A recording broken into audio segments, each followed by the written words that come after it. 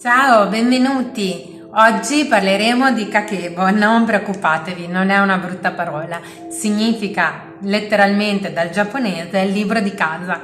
È uno strumento che i nostri amici orientali utilizzano per tenere d'occhio quello che sono le spese mensili e quindi fare il cosiddetto budgeting, quello che in educazione finanziaria è un passaggio fondamentale secondo cui le famiglie devono mettersi di fronte a quello che sono le proprie abitudini per capire dove si può tagliare e andare a creare appunto un risparmio. Ma siccome noi non vogliamo darvi dei compiti noiosi, ma cercare di aiutarvi a migliorare dandovi degli strumenti efficaci, abbiamo pensato di insegnarvi appunto il kakebo come metodo di budgeting. Sicuramente potete procurarvi un kakebo se non ne avete già uno in cartoleria, oppure potete comprarlo online o crearvene uno voi semplicemente andando su Google Docs e scaricarvi per esempio un file di Excel che si chiama definito come budget, o crearvene uno personalmente con le vostre mani.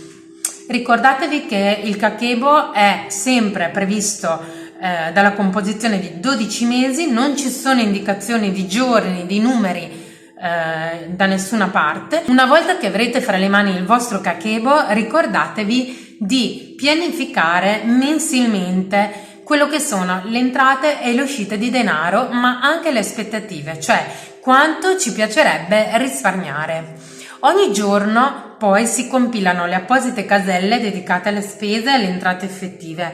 In questo modo, guardandovi indietro, avrete una visione d'insieme che difficilmente potreste avere con l'estratto conto della banca, oppure peggio ancora quello della carta di credito, perché ahimè non ci permette di apportare i correttivi in tempo per arrivare al nostro obiettivo che ci eravamo dati a inizio mese, perché la carta di credito può essere comoda, ma purtroppo non è uno strumento che ci permette di migliorare il risparmio, perché comunque avviene con un mese di ritardo rispetto a quello che stiamo vivendo oggi, quindi è totalmente insensato per un'operazione di budgeting. A questo punto avremo da segnare, come spesso si fa, il totale di entrate e uscite nelle apposite caselle, e possiamo sempre appunto correggere il tiro verso il 15 o il 20 del mese per arrivare al fine dei nostri 30 giorni o quelli che sono, andando a limitare quello che sono le uscite. Le priorità. Attenzione che le spese nel kakebo non sono tutte uguali.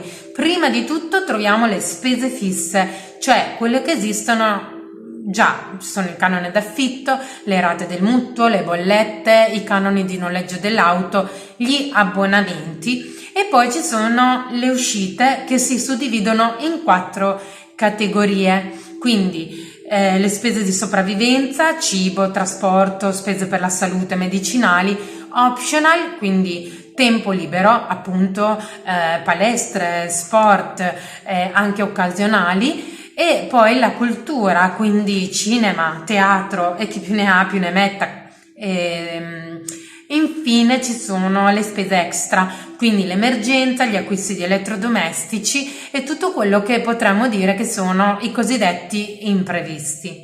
In questo modo il kakebo ci costringe ad accendere un faro sulla gestione delle nostre spese, riportando un'ipotetica classifica di quello che sono le priorità, ok? E poi ecco, questo è il punto centrale che ci differenzia noi occidentali dai nostri amici giapponesi, perché il metodo kakebo, come nella cultura giapponese, prevede una parte zen che a nostro avviso può rendere molto divertente questa tipologia di risparmio. Infatti ci obbliga ad alcune riflessioni importanti. Per esempio richiede la compilazione e l'osservazione di grafici e bilanci, nonché il controllo del mantenimento delle promesse, ed è qui che mi voglio soffermare. Quando noi facciamo delle promesse non parliamo solo di promesse finanziarie, quindi non spendo questo, non faccio quello, ma riguardano lo stile di vita, come per esempio mangiare più spesso a casa, consumare meno cibo